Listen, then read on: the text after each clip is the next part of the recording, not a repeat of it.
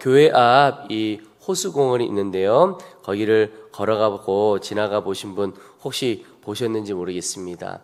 한쪽 입구에 보면 현수막이 하나가 있는데 그 현수막에 이렇게 적혀 있습니다. 누군가 보고 있습니다. 이렇게 적혀 있습니다. 함부로 쓰레기 버리지 말고 깨끗하게 잘 사용해달라, 이런 뜻이지요.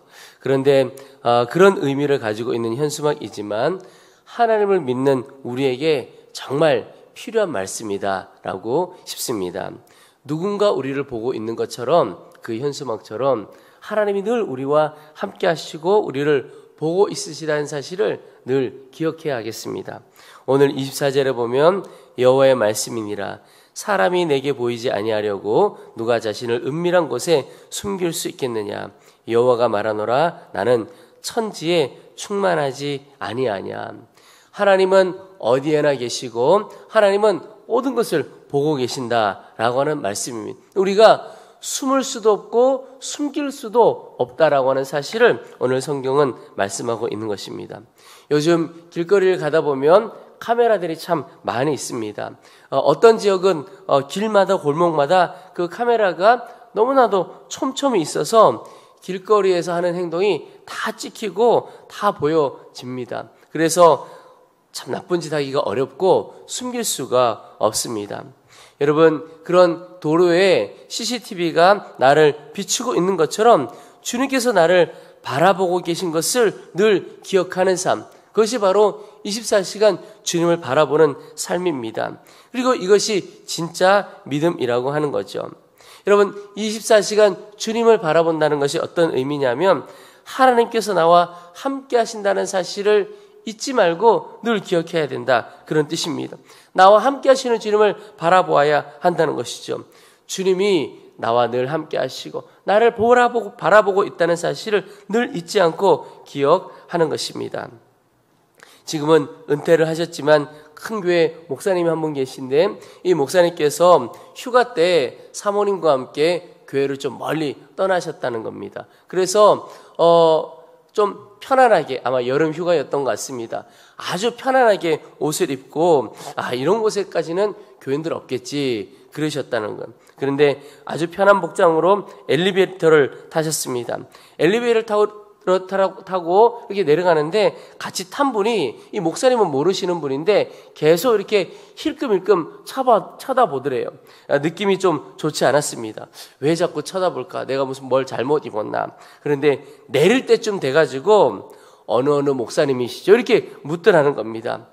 타자마자 묻던지 그 안에서 사모님하고 다 할 얘기 다 하고 옷도 너무나 편하게 입고 이 목사님이 너무 깜짝 놀라서 어디도 숨을 데가 없구나. 그리고는 이분이 어디를 가든 심지어 휴가 갈 때도 해변 갈 때도 양복 입고 가셨다는 그런 이야기를 하신 적이 있습니다.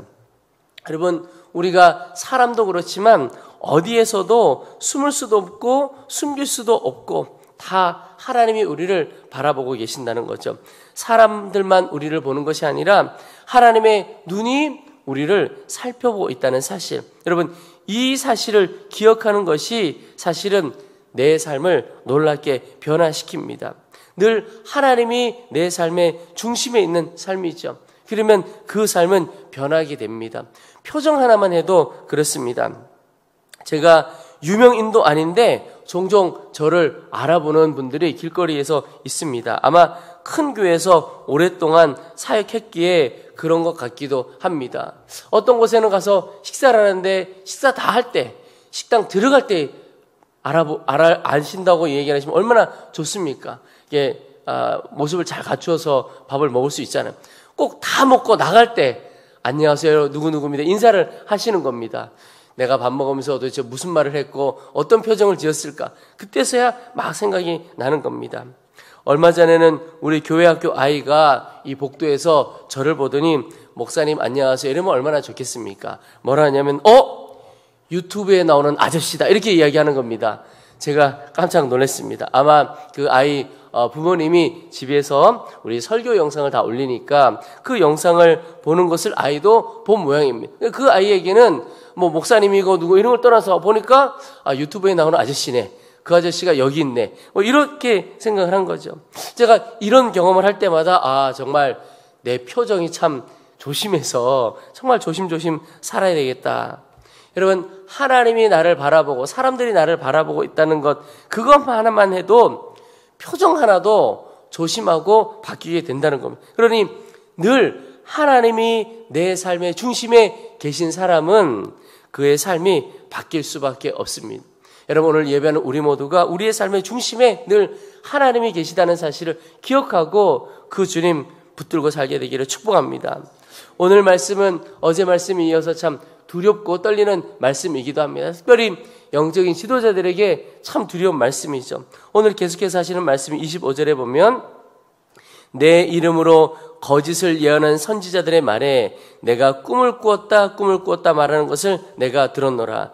거짓을 예언하는 선지자들이 언제까지 이 마음을 품겠느냐? 그들은 그 마음에 간교한 것을 예언하느니라. 하나님께서 말씀 주시지도 않았고 하나님께서 꿈을 보여주신 것도 아닌데 그들이 그들 마음속에 있는 것을 이야기하고 그들이 꾸었다고 하는 그런 이야기를 이야기하고 있는 것이죠. 그런데 그것을 오늘 표현해 그 마음에 간교한 것을 예언하였느니라 이렇게 표현하고 있습니다. 근데 여러분, 이 마음에 간교한 것이 무엇이냐면 그 앞에 쭉 하나님의 말씀들을 유추해 보면 그 마음에 하나님 없이 이야기하는 것, 그게 바로 그 마음에 간교한 것을 예언한 것입니다. 이게 참 두려운 것이, 여러분, 그 마음에 간교한 것을 예언했던 이 사람들, 마음에 하나님이 없었던 이 사람들이 누구냐면 선지자들이었습니다. 선지자들이 누굽니까? 하나님의 말씀을 맡은 자였고 이스라엘 백성들 안에 영적인 지도자들이라고 하는 사람들이었습니다. 그런데 그들이 거짓 예언을 하고 거짓 꿈을 꾸었다고 말하고 있는 겁니다. 선지자임에도 불구하고 어떻게 거짓 예언을 하고 거짓으로 꿈을 꾸었다고 할 수 있을까요? 그것은 바로 그 중심에 하나님이 없었기 때문에 그렇습니다. 여러분, 예수님을 믿는 사람은 어떤 사람입니까? 그 중심에 하나님께서 거하시는 사람, 그 사람이 진짜 예수님을 믿는 사람이죠. 그런데 이 선지자들은 하나님이 그들 가운데 없었다는 겁니다. 실제 선지자는 하나님으로 충만한 사람이어야 함에도 불구하고 하나님이 그 중심에 전혀 없었다는 거죠. 잠언에 보면 묵시가 없으면 백성이 방자히 행하거니와 그랬습니다. 여러분, 묵시가 없었다는 게 무슨 뜻입니까? 결국 그 중심에 하나님이 없었다 이런 뜻입니다. 하나님 없는 삶은 결국 자기 중심적인 삶, 자기 유익만을 추구하는 삶, 자기 마음대로 살아가는 삶입니다. 그 삶이 바로 간교함이고 방자히 행함입니다. 여러분, 어떤 삶이 방자히 행하는 삶입니까? 자기 마음대로 살아가는 삶입니다. 이 선지자들은 하나님을 믿는다고 하면서도 실상은 하나님 없는 삶을 살아갔던 사람들입니다. 그래서 더 두려운 것이죠. 여러분, 오늘 우리는 어떠한 사람들입니까? 내가 중심이 된 종교 생활을 하는 사람입니까? 아니면 하나님이 중심이 된 신앙생활 하는 사람입니까? 여러분, 너무나도 안타깝게도 많은 이들 중에 종교 생활하는 거예요. 그 종교 생활의 중심은 나 자신입니다. 내가 복받고 내가 원하는 거 되어졌으면 좋겠고 내 원대로 되어졌으면 좋겠고 이건 그냥 종교 생활인 겁니다. 그런데 하나님이 중심이 된 신앙생활은 하나님의 이끄심을 따라 하나님의 기뻐하시는 뜻을 따라 하나님 중심의 삶을 살아가는 거죠. 하나님 없는 종교 생활은 자기 중심이라고 그랬습니다. 여기는 열심은 있으나 평안은 없습니다. 열심을 낼수록 오히려 영혼이 고갈됩니다. 열심을 낼수록 서로 그 열심 내는 사람들끼리 다투고 갈등할 여지가 훨씬 많습니다. 왜냐하면 결국은 자기 중심 다 부딪혀 가기 때문에 그렇습니다. 그러나 하나님이 중심이 된 참된 신앙생활을 하게 될 때는 그 안에 참 평안이 있습니다. 하나됨이 있고 사랑이 있고 하나님의 역사를 보게 되는 것이죠. 여러분, 오늘 하나님께서 우리에게 나는 너의 중심이고 내가 늘 너희를 바라보는 것을 기억하고 있느냐 물으십니다. 이 말은 내가 중심이 된 종교생활 다 끝내고 이제는 정말 하나님 중심의 신앙생활 하기를 하나님께서 간절히 원하고 있습니다. 여러분, 그것이 우리의 삶이 변화되고 복받는 길임을 꼭 기억하게 되기를 축복합니다. 하나님께서 결국 하나님의 말씀 그대로 전하지 않는 선지자들을 치시겠다고 말씀하고 있습니다. 30절에 여호와의 말씀이라. 그러므로 보라, 서로 내 말을 도둑질하는 선지자들을 내가 치리라. 여호와의 말씀이니라. 보라, 그들이 혀를 놀려 여호와가 말씀하셨다는 선지자들을 내가 치리라. 거짓 예언하고 거짓 평안을 전하는 이 선지자들을 하나님께서 치시겠다고 말씀하고 있습니다. 여러분, 하나님은 복 주시는 하나님이십니다. 그러나 이 사실과 함께 우리가 기억해야 될 것이 받은 복이 크면 책임도 크다는 사실입니다. 받은 복이 크면 하나님께서 물으시는 심판도 크다는 거죠.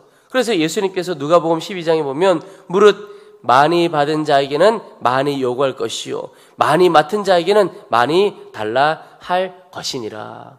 여러분, 선지자에게 주신 복이 얼마나 큽니까? 하나님의 말씀을 맡았고 선한 영향력, 영적인 영향력을 끼칠 수 있는 권위를 가진 사람들이 바로 선지자이죠. 이 선지자들에게 하나님께서 충만한 복으로 많은 것을 부어주신 겁니다. 받은 복이 많은 겁니다. 그만큼 책임도 크고 심판도 큽니다. 영향력이 크면 그만큼 심판도 크다는 거죠.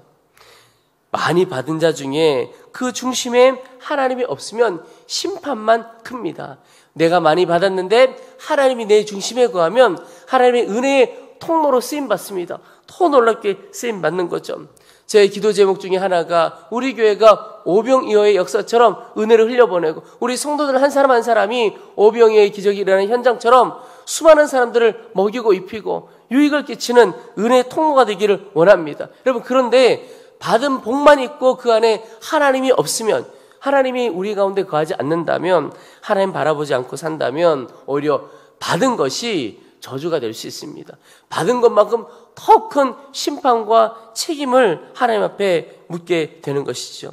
그래서 여러분, 우리가 하나님 앞에 구하기만 하는 자가 되는 것이 아니라 하나님 뜻대로 사는 자가 되어야 합니다. 하나님 중심, 하나님 뜻대로 살아가는 자가 될 때 우리에게 받은 것은 축복이 되고 은혜의 통로가 되는 것이죠. 여러분, 오늘 내가 받은 것, 하나님께 받은 것 무엇이 있나 잘 살펴보고 그것으로 인하여 감사도 해보시기 바랍니다. 그리고 그 중심에 늘 하나님이 거하시도록 우리 마음의 중심을 주님께 내어드려 보시기 바랍니다. 그래야 하나님이 주신 것, 우리를 통해서 더 흘려보내는 하나님의 역사가 있게 되는 것입니다.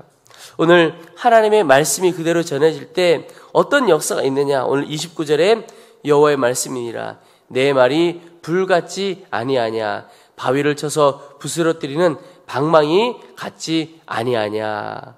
여러분, 오늘 이 29절의 말씀은 하나님의 말씀이 거짓 선지자들의 이런 거짓 예언처럼, 거짓 꿈처럼 이렇게 전해지는 것이 아니라 하나님의 말씀이 있는 그대로 전해지게 될 때 어떤 역사가 일어나느냐?